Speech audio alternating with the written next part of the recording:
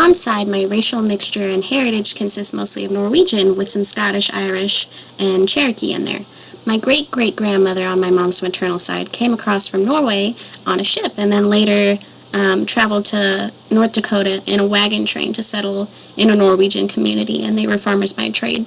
On my mom's paternal side, which were the Houstons, they branched off of the MacDonalds, who came from Scotland, and the Ashforths, who came from Ireland, and both traveled by ship. My great-great-grandma, Sybil, on the Houston side, settled in Tennessee, and her grandma owned a plantation there. They owned 12 slaves who each gave her a nickname, but she was mostly known as Tenny. Religion-wise, most of my mom's family is Lutheran, though my immediate family is not. While I was doing research about Norway and my Norwegian heritage, I discovered that Frozen was actually based in Norway, so I thought that would be a pretty interesting fact to share with you guys. Unfortunately, not a whole lot is known about my dad's side beyond the basics. On his paternal side, they came from Scotland and settled in Ohio. Not sure when, but the earliest recorded date of the family was in 1830. And we do know that they came to flee religious persecution because they were Dunkers, and they journeyed here by ship.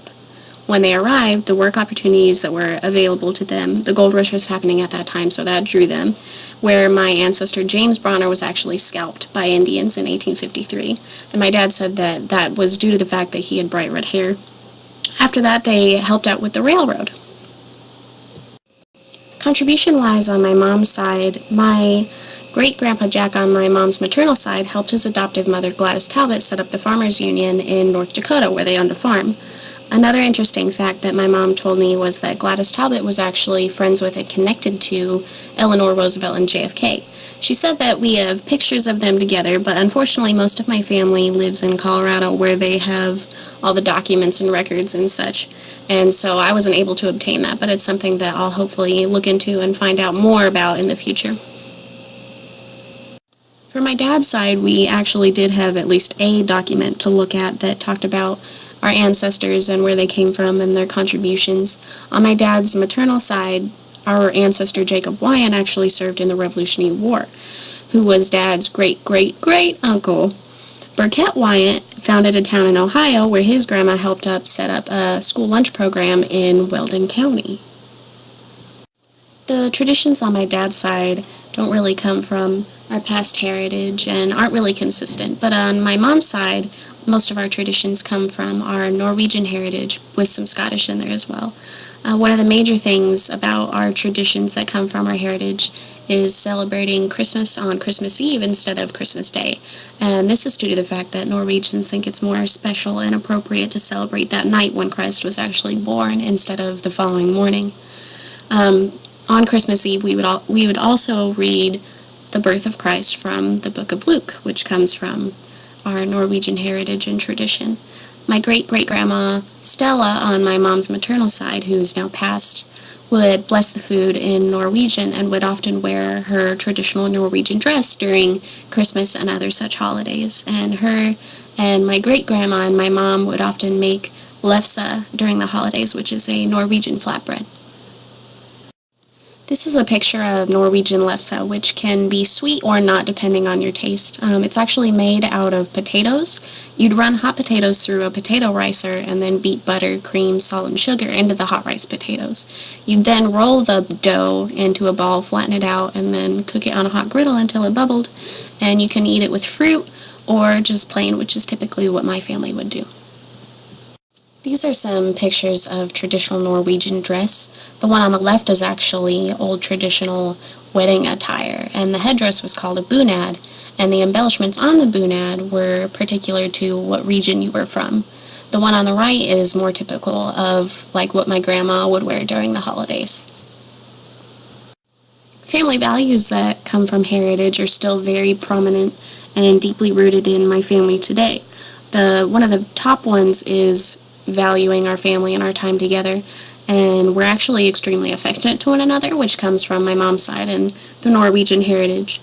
My parents always tell this horror story of when my mom and dad were engaged and my dad met my mom's family for the first time, and all the women swarmed him and were trying to kiss him on the lips, and he was just like, whoa! So that was always funny to hear about. And then the other values are faith and hard work. My immediate family is just non-denominational, but my mom's side is Lutheran and my dad's side is Nazarene. And then hard work comes from our Norwegian blood, and we really just enjoy working together to get the job done and to do it well, and we're very willing to work. I couldn't really remember a specific time where my mom taught me about ethnicity and other races, and so I asked her about this, and she said that there really was no concerted effort to teach, but it was just simply a response to external stimuli. Me and my siblings would point out people that we thought were interesting or heard accents or languages, and my mom wasn't afraid to approach those people and ask them where they were from and what language they were speaking, and we would learn in that sort of way. And the main thing that I remember Mom always saying was, look how beautifully God can paint people. And that always just really stuck with me. And my family doesn't really have any sort of racial biases or discriminatory beliefs about other people. Beyond how we learned about ethnicities and races, another interesting thing about my family is how we have incorporated other cultures and other cultures' traditions into our own. And one of the main cultures that we have incorporated into our own is the Mexican culture. And this is due to the fact that in Colorado, I lived for years in an area where the population was around 70% Hispanic, roughly. And so because we were immersed in that culture, it just became a part of our own lives and our own traditions. One of the main factors of this is how we have piñatas on birthdays and other holidays, but mostly on birthdays now. And then this also, tying into this, is the Spanish language. I took Spanish classes in 3rd, 6th, and 7th grade when I lived in Colorado, and so we started actually weaving that into our own verbal exchanges at home. It was mostly just like small words here and there, but we would occasionally speak in sentences as well. And then later, French was added to this because my brother started taking French classes in high school. And then another part of other cultures that we've immersed into our own is cuisine, and mostly it's Mexican cooking, but we also have some Italian and some African cuisine as well. Other impacts that my heritage has had on my life actually reflects through my likes and dislikes. I have a huge love of bagpipe and fiddle and other type Irish, Scottish, Norwegian music. My dad actually bought bagpipes when we attended a Renaissance festival.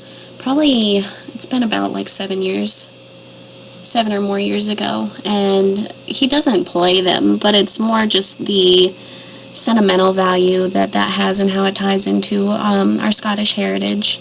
And my mom's paternal side is actually nearly 100% Scottish, and my great aunt Sue still has a love for Scottish festivals. That we actually also frequently attended Renaissance festivals and other such events related to our culture. Another part that ties into this is my love of potatoes and cheese, and my brother is a total disgrace in this because he hates both of them. And then another real evident thing in my family and in my life is our sayings, and the major one that we say is oofta. And what that means is it's like an exclamation of surprise or exhaustion or dismay. It can mean pretty much anything. It just depends on the tone that you use it with. This assignment as a whole has really just given me a greater love and appreciation of my heritage and my ancestors.